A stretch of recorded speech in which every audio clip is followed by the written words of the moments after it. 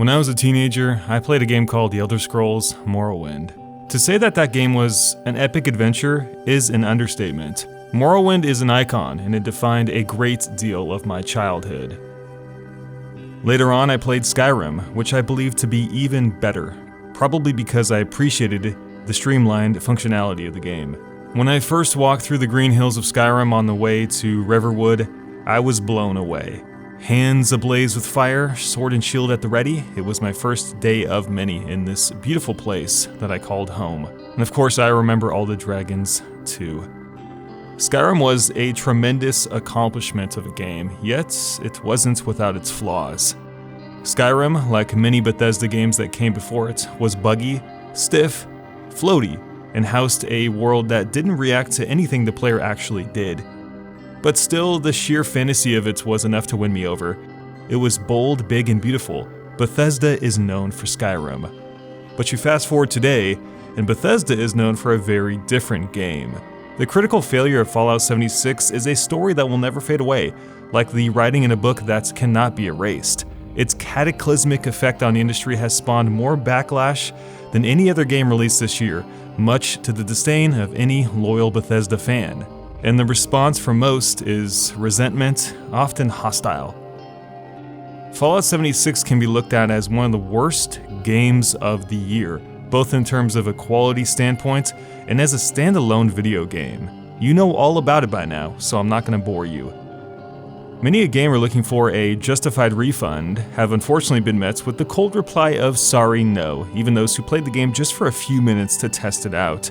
The aftermath has even propelled the interest of a law firm in Washington, D.C. to investigate if consumers deserve the right to refund this game in lieu of its technical problems, despite the end-user agreement when purchasing. The crippled game has also been seen as low as $25 in select outlets, a nod to the horrendously bad sales figures Fallout 76 has accrued thus far. So it's all gone horribly wrong for a company that many at one point held very dear to their hearts. But there is a light at the end of the tunnel. And that is that the collapse of Fallout at the very hand of Bethesda itself should, and I stress should, compel the company to never again pull this kind of crap. Bethesda's upcoming games, Rage 2, Doom Eternal, Starfield, and most importantly The Elder Scrolls 6, were just given a very costly lesson that they can most certainly learn from. Fine, I hope that dragon takes you all to Summer.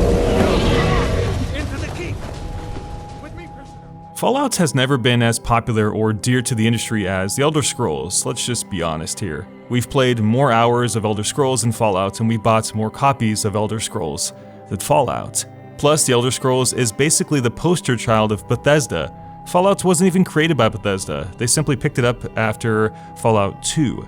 Thus, The Elder Scrolls 6 is more important to our industry than Fallout 76 will ever be. It has to be right. Assuming the Fallout 76 debacle never happened, Bethesda could have easily fell into the same boat and the same trap with The Elder Scrolls 6. And we know this because the industry is becoming increasingly more diluted with the fabrication of piecemeal games. Games that do the bare minimum, hoping that gamers will forgive the quality, quantity, or finality of content upon release because, well, we'll get it patched in later.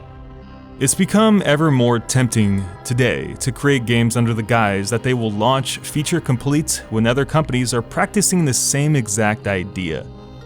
What was once the idea to kickstart an early access culture has turned into AAA games dipping their greedy fingers into the same cash pot.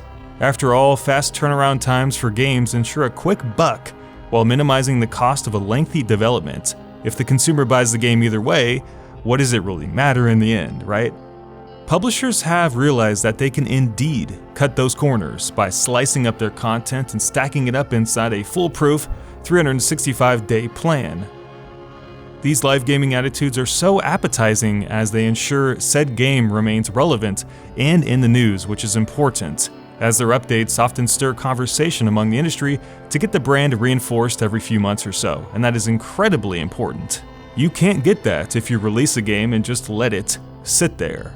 Plop in some high-priced pre-order bonuses, an in-game store inside a game that isn't even finished yet, and an impossibly restrictive refund policy, and boom, you've got a game like Fallout 76. Now, how crappy would this be if the exact same situation happened with The Elder Scrolls 6, which many, including myself, believe to be the most important game Bethesda will ever make? 15 years ago, the industry was perhaps more accepting towards an incomplete open-world experience, as the genre was just starting to get its foot in the door. Bugs were expected, and ideas were primitive. Today, we expect more as that genre has evolved tremendously. The refinement of the open-world dream comes with the expectation that our games be feature-rich, properly optimized, and developed with the utmost of care. You can look to The Witcher 3, Spider-Man, or Red Dead Redemption 2 to display that kind of quality. The silver lining with Fallout 76 is that we may have opened up Bethesda's eyes to that reality, one that they have apparently forgotten about, assuming that they can pull off a miracle with the aging creation engine. Every failure in life can be learned from, and sometimes you have to fall down to reach your highest step. While that may seem like a pipe dream to some, I argue that true self-improvement does come after you've failed. Sometimes it's hard to see when you've made that mistake though it may seem incredibly obvious to us everything that Bethesda has done wrong with Fallout 76, it may not be that visible to them. Creating a project with passion over the course of a long time can make it really hard for you to see what's wrong with it because you want it to succeed so much. You're attached to that idea no matter what happens, especially when you consider release dates that are hard to change and budgets that cannot be exceeded.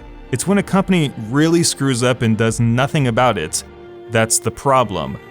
I hope, for the sake of any Elder Scrolls fan out there, that that is simply not the case.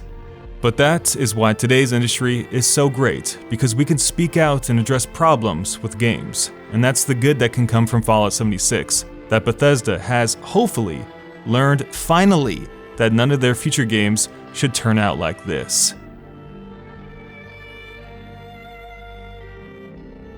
Dear Bethesda, I love your games, which is why I'm making this video. We don't want The Elder Scrolls 6 to turn out like shit. Okay? We gave you a little smack on the ass for Fallout 76 because you deserved it. Nobody wanted that game to suck. But you made it suck. We hope you learn this lesson, because the industry, me, everyone in this industry, I'm sure we want the next Bethesda game to be awesome, because we're gonna spend money on it. Okay? So do the right thing. Follow the best trends in the industry.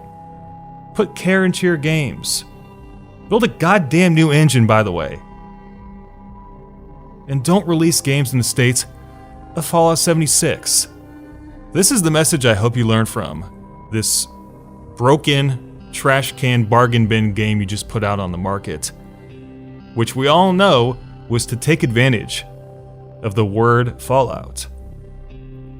We want to see Bethesda do what it does best, which is build magical, amazing, engrossing, really rich video games.